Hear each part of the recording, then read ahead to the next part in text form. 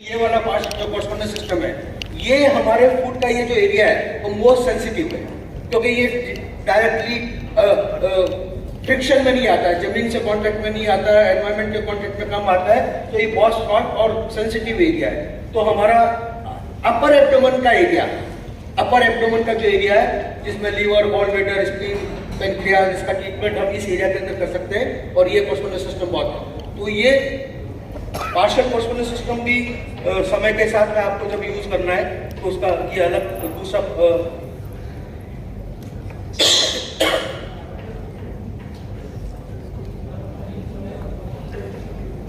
वापस पीछे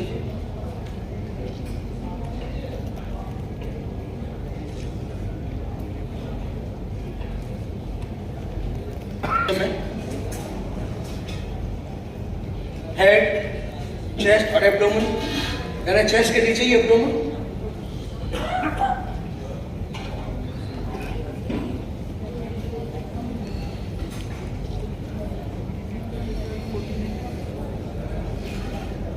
ये कॉर्स्पोंडेंस सिस्टम आपको मालूम ही है, एनिमल हेड कॉर्स्पोंडेंस सिस्टम, और ब्रेन का एक बहुत बड़ा, बहुत इंपॉर्टेंट इफेक्टिव कॉर्स्पोंडेंस सिस्टम है।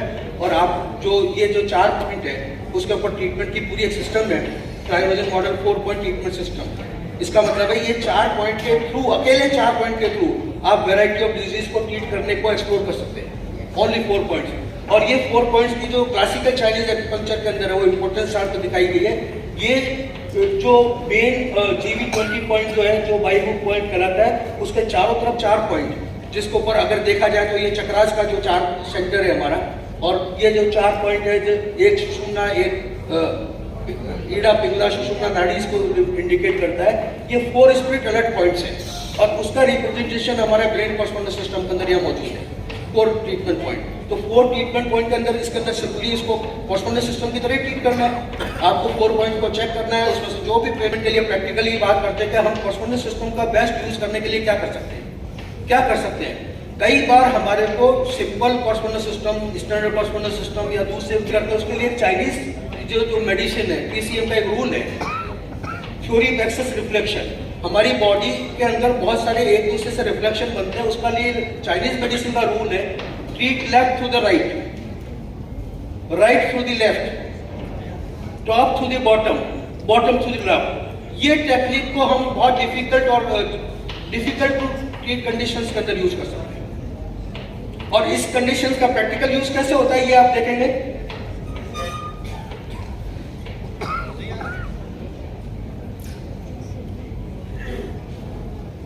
ये हम सुजोग के अंदर ये भी जानते हैं कि जो थ्योरी ऑफ जो रिफ्लेक्सेस है वो किस तरीके से थ्योरी होती है। वर्टिकल एक्सिस है, वर्टिकल एक्सिस बॉडी को किस पर डिवाइड करती है, लेफ्ट और राइट। फिर हॉरिजॉन्टल एक्सिस है या फ्रंटल एक्सिस है, इस बॉडी को किस पर डिवाइड करती है, अप एंड डाउन में। फिर डायगोनल एक्सिस है, लेफ्ट और राइट में। तो इसका मतलब है राइट का ट्रीटमेंट करना तो लेफ्ट में करना, लेफ्ट का करना तो राइट का करना। और इसको इस एग्जाम्पल से समझ सकते हैं, और एक्सट्रीमिटीज के ट्रीटमेंट के लिए बहुत यूजफुल है। इसका मतलब है आप लेफ्ट नी का ट्रीटमेंट कॉर्स्पोंडेंस सिस्टम के हिसाब से राइट नी पे कर सकते हैं, लेफ्ट आर्म, लेफ्ट एल्बो पे कर सकते हैं, और राइट एल्बो पे कर सकते हैं। ये मल्टीप्लिसिटी है। तो जब हमारे को डिफिकल्ट कंडीशंस का सामना करना पड़े, लेफ्ट नी का ट्रीटमेंट लेफ्ट नी के कॉर्स्पोंडेंस सिस्टम से नहीं होता है, प्राइमरी से नहीं होता है, सेकेंडरी से नहीं होता है, लेफ्ट नी का ट्रीटमेंट प्राइमरी और सेकेंडरी से नहीं होता है, तो आपके पास में क्या चॉइस है, लेफ्ट नी का ट्रीटमेंट राइट नी पे करो। राइट नी से नहीं होता, लेफ्ट नी का ट्रीटमेंट राइट एल्बो पे करो। राइट एल्बो पे नहीं होता तो किस पे करो, लेफ्ट एल्बो पे करो। तो ये थ्योरी ऑफ रिफ्लेक्शन, ये कॉर्स्पोंडेंस सिस्टम में जो चैलेंजिंग सिचुएशन है उसको कंट्रोल करने का, उसके अंदर रिजल्ट लेने का एक बहुत बड़ा अपॉर्चुनिटी है, जिसको आपको एक्सप्लोर करना चाहिए। और आई डाउट ज्यादातर हम प्रैक्टिशनर इस थ्योरी ऑफ रिफ्लेक्सेस को काम में नहीं लेते, और इसको प्रैक्टिकल तरीके से एक और तरीके से देख सकते हैं। ये खाली एक्सट्रीमिटीज के लिए नहीं है। तो इसका मतलब है अगर लीवर की प्रॉब्लम है, गॉल ब्लैडर की प्रॉब्लम है, तो गॉल ब्लैडर की प्रॉब्लम का कॉर्स्पोंडेंस सिस्टम राइट के अंदर है, तो राइट में ट्रीटमेंट नहीं होता, उसका ट्रीटमेंट किस पे करो, लेफ्ट पे करो। राइट में नहीं होता है, लेफ्ट में नहीं होता है, तो उसका ट्रीटमेंट क्या करो, डायगोनल करो। डायगोनल करा तो अप एंड डाउन करो। तो ये आपके पास एग्जांपल है गॉल ब्लैडर का। आई का ट्रीटमेंट है, राइट आई का ट्रीटमेंट की जगह लेफ्ट आई का ट्रीटमेंट, राइट आई का बॉटम का ट्रीटमेंट, टॉप का ट्रीटमेंट। और यहाँ पर आपको एक नोट लिख लेना, बहुत इंपॉर्टेंट बात बता रहा हूँ, और जो मेडिकल साइंस जिसको सपोर्ट करती है आपको भी आगे से ध्यान रखना चाहिए। ये सारी condition difficult to treat condition है, इसको क्या कहते हैं, थ्योरी ऑफ एक्सेस। और थ्योरी ऑफ एक्सेस तो आप भी जानते हैं, विंड की एक्सेस किससे है, किससे विंड की एक्सेस, ह्यूमिडिटी से। हीट की एक्सेस किससे, और कोल्डनेस की एक्सेस किससे, कोल्डनेस की एक्सेस किससे, हॉटनेस से। तो इसका मतलब है लीवर का अगर ट्रीटमेंट करना है तो लीवर के साथ में किसका ट्रीटमेंट करना चाहिए, स्प्लीन का। ये बहुत इंपॉर्टेंट बात है, लीवर का ट्रीटमेंट लीवर से करना है।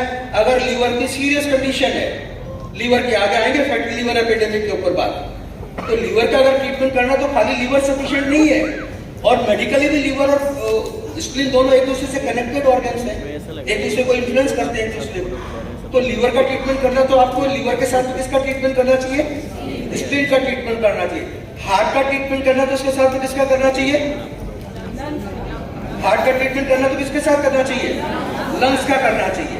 और किडनी का ट्रीटमेंट करना तो और किसका साथ में करना चाहिए, और ब्रेन का करना तो किसका करना चाहिए, ब्रेन का ट्रीटमेंट करना तो साथ में किसका करना चाहिए, किडनीज का। ये बहुत इंपॉर्टेंट बात है, डिफिकल्ट टू ट्रीट कंडीशंस के अंदर इन चीजों को आप ये साइंस को यूज कर रहे हैं, ऑर्गन एक्सिस को भी कामिल है। ये रिफ्लेक्शन तो दूसरे हो गए, आपने राइट को लेफ्ट पे किया, लेफ्ट को राइट पे किया, डायगोनल किया, अप किया, टॉपल किया, लेकिन ये एक्सिस का रूल आप ऑर्गन लेवल के ऊपर यूज कर सकते हैं। इसको यूज कर सकते हैं ऑर्गन लेवल पे, और ये बिल्कुल प्रैक्टिकली टेस्टेड है, ये प्रैक्टिकली टेस्टेड है। तो आप अपनी क्लिनिकल प्रैक्टिस के अंदर, और इन एनी केस मैंने ये बताया कि जब अगर आपको सुई से काम होता है तो तलवार चलाने की जरूरत नहीं है, आपको सिंपल पर्सनल सिस्टम से ट्रीटमेंट होता है, आपको कुछ करने की जरूरत नहीं है। इंसेक्ट से होता है, मिली से होता है, आपको कुछ करने की जरूरत नहीं। क्यों जरूरत है, लेकिन वो कंडीशन जो आपके हिसाब से आपको मुश्किल का सामना करना पड़ रहा है जिसको ट्रीटमेंट करने के लिए, ऐसी कंडीशन में आपको एक्सप्लोर करना चाहिए मल्टीपल पर्सनल सिस्टम। पहली बात आपको उसकी जगह जो पार्शियल पर्सनल सिस्टम्स हो, दूसरी तरह के पर्सनल सिस्टम उसको यूज करना, और उसके साथ साथ के अंदर इस नॉलेज को इनकॉर्पोरेट करना थ्योरी ऑफ एक्सेस। और थ्योरी ऑफ एक्सेस के अंदर मैंने कहा राइट लेफ्ट लेफ्ट राइट, ये तो एक्सट्रीमिटीज में इजीली काम में ले लोगे, लेकिन ऑर्गन के लिए बहुत मुश्किल काम है, इंटरनल ऑर्गन के लिए। तो इंटरनल ऑर्गन के लिए इस थ्योरी को काम में ले सकते हैं कि किस तरह के ऑर्गन के बेस के ऊपर काम में ले सकते हैं। एक जो इंपॉर्टेंट बात है, similarity between body and figure, आप जानते ही हैं। कॉर्स्पोंडेंस सिस्टम को सही तरीके से सी करने के लिए आप बॉडी को प्रॉब्लम की सिचुएशन के अंदर है, अगर आपको बॉडी को बेंड करने के अंदर अगर पेन है तो आपको इंसेक्ट सिस्टम को बेंड करके पॉइंट को सर्च करना चाहिए। अगर आपको बॉडी बेंड करने में बैकएक है तो आपको बैकएक का पॉइंट चेक करने के लिए फिंगर को कैसे होल्ड करना चाहिए, बेंड करके होल्ड करना चाहिए। तो देखो, अगर आपको स्ट्रेच करने के अंदर बॉडी का पेन है तो आपको सीक करने के लिए बॉडी को फिंगर को कैसे सिलेक्ट करना चाहिए, स्ट्रेच करने के लिए। यानी बॉडी के अंदर डिजीज या प्रॉब्लम किस सिचुएशन के अंदर मैनिफेस्ट कर रही है, कॉर्स्पोंडेंस सिस्टम को भी कॉर्स्पोंडेंस सिस्टम सिमिलरिटी है। कॉर्स्पोंडेंस सिस्टम का मतलब क्या, सिमिलरिटी है। तो कॉर्स्पोंडेंस सिस्टम के अंदर मैक्सिमम सिमिलरिटी को अगर हम सी करते हैं तो हमारे ट्रीटमेंट का रिजल्ट और ट्रीटमेंट की जो एफिकेसी है और ट्रीटमेंट का सही पॉइंट का सिलेक्शन है। इस तरीके से झुक के अगर चलने में दर्द है तो आपको पॉइंट को सर्च करने के लिए उसी तरीके से आप कॉर्स्पोंडेंस सिस्टम को यूज करना है। अभी इसके अलावा selection of proper system of fingers, किस ट्रीटमेंट करने के लिए हमको सही फिंगर का सिलेक्ट करना है, उसका एक अगर आपको ज्ञान है तो आपकी ट्रीटमेंट की क्वालिटी को बढ़ा सकते हैं। और उसमें पहला क्या है, 4 finger for the spinal cord की प्रॉब्लम। स्पाइनल कॉर्ड की प्रॉब्लम के लिए कौन सी फिंगर को यूज करना चाहिए, 4th फिंगर को। क्यों करना चाहिए, जे मेरिडियन, और भी कोई कारण, जे का नेल भी है, हॉटनेस नेल, जे का नेल भी है, जे मेरिडियन है, तो हम फिंगर्स को यूज कर सकते हैं इस तरीके से। हार्ट का ट्रीटमेंट करने के लिए कौन सी फिंगर लेनी चाहिए आपको, कोई है आपके पास? हार्ट का ट्रीटमेंट करने के लिए कौन सी फिंगर यूज करनी चाहिए, बेस्ट ट्रीटमेंट क्या होना चाहिए हार्ट का? यस, एक ये है, ये हार्ट मेरिडियन है, लिटिल फिंगर। और कोई आइडिया है और बेटर ट्रीटमेंट हार्ट का ट्रीटमेंट करने के लिए? इंडेक्स फिंगर और मिडिल फिंगर। मिडिल फिंगर के फेवर में कितने लोग हैं? लिटिल फिंगर के फेवर में कितने लोग हैं? एक्चुअली मिडिल फिंगर करनी चाहिए, मिडिल फिंगर इंसर्ट सिस्टम में, क्योंकि ये हमारा सेकंड हार्ट को रिप्रेजेंट करता है। किसको रिप्रेजेंट करता है? Second heart. बॉडी का सेकंड हार्ट कहां पर है आपको मालूम है? सेकंड हार्ट कहां है बॉडी का? काफ मसल्स। तो काफ मसल्स कौन सी फिंगर पर है? मिडिल फिंगर के ऊपर। तो मिडिल फिंगर के ऊपर जब हार्ट का ट्रीटमेंट करते हैं तो स्टैंडर्ड प्रोस्पेक्टिस मतलब हार्ट तो कर ही रहे हैं, लेकिन साथ साथ में किसका ट्रीटमेंट कर रहे हैं? काफ मसल्स का भी ट्रीट कर रहे हैं। तो डबल इफेक्टिव हुआ है। तो ये आप ट्रीटमेंट के अंदर ये नॉलेज को जब इनकॉर्पोरेट करते हैं तो आपकी ट्रीटमेंट की क्वालिटी को आप एनहांस कर सकते हैं और कंट्रोल कर सकते हैं। ये देखो सेकंड हार्ट, ये सेकंड हार्ट है। इसीलिए कहता है walking is the best cardio exercise. मानते हैं ना? Jogging, running, walking cardio exercise को मानी जाती है। ये किसको स्टिमुलेट करती है? ये काफ मसल्स को स्टिमुलेट करती है। तो जरूरी नहीं कि आप वॉकिंग करो, काफ मसल्स को स्टिमुलेट करने के लिए बहुत सारी टेक्निक में आगे बताने वाला हूँ। वैसे ही correspondence system is not a method of treatment. आप बैठो, प्रो उठाओ, ट्रीटमेंट करो। You should incorporate correspondence system in your daily routine. आपके रूटीन में इनकॉर्पोरेट हो जाना चाहिए आपकी अपनी हेल्थ के लिए। पेशेंट के लिए भी गाइड कर सकते हैं, लेकिन एटलीस्ट एज ए प्रैक्टिशनर आपको प्लान करके ट्रीटमेंट करना, प्रोब उठाना, नीड लगाना, मैग्नेट लगाना, ये आउटडेटेड बात है। ये आउटडेटेड बात है। Your lifestyle should incorporate the correspondence treatment. आपकी लाइफस्टाइल में कॉस्पोंडेंस ट्रीटमेंट अपने आप होना ही चाहिए, क्योंकि correspondence system is the only system which has kept us alive throughout the generations। हम आज यहाँ पर बैठे हैं, हेल्दी तरीके से बैठे हैं, उसके लिए अगर बॉडी किसी सिस्टम का सबसे ज्यादा योगदान है तो कौन से सिस्टम का योगदान है? तो कॉस्पोंडेंस सिस्टम का। Through out the history, pre historic level सबसे ज्यादा हम कौन सी चीजों को यूज करते थे? हंटिंग के अंदर, वॉकिंग के अंदर, रनिंग के अंदर, सर्वाइकल के अंदर, हाथ और पैर। और हाथ और पैरों को जितना यूज किया उसकी वजह से आज हम हेल्दी बैठे हैं। हमारे एंसेस्टर्स ने हाथ और पैर यूज किए, इसलिए हम आज हेल्दी बैठे। तो कॉस्पोंडेंस सिस्टम को लाइफ में इंकॉर्पोरेट करना। फिर एक और इंपॉर्टेंट बात है कॉस्पोंडेंस सिस्टम यूज करने के लिए जो बहुत नेग्लेक्टेड है, फूड कॉस्पोंडेंस सिस्टम का हम यूज बहुत कम करते हैं। फूड कॉस्पोंडेंस सिस्टम अगर आप प्रोफेसर पागु की पुरानी किताबें उठा के कभी देखें, सुजोग थेरेपी स्पेशली, थमीज हेड और इस तरह की किताबें देखें, उन्होंने बार बार स्टेटमेंट दिया है food correspondence system is more powerful than the head correspondence system. Similarity का एस्पेक्ट डेफिनेटली इसमें जाता है, क्योंकि फूड के अंदर रेगुलर स्टिमुलेशन मिलता है, स्ट्रॉन्गर है, बिल्ड के अंदर स्ट्रॉन्गर है। फ्रीक्वेंट स्टिमुलेशन, जितना फूड कॉस्पोंडेंस सिस्टम को स्टिमुलेशन मिलता है उतना हैंड कॉस्पोंडेंस सिस्टम को रेगुलर नेचुरल स्टिमुलेशन नहीं मिलता है। लेकिन आज का जो जमाना है हमारा, हमारी जो आज की जो जनरेशन है, उसके साथ मुश्किल क्या है?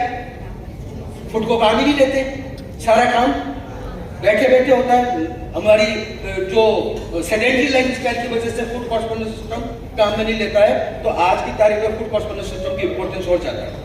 तो फूड कॉस्पोंडेंस जो स्ट्रॉन्गर है can be conveniently incorporated daily routine. आपको आगे बताएंगे डेली रूटीन में आपको कन्वीनियंटली इसको यूज कर सकते हैं।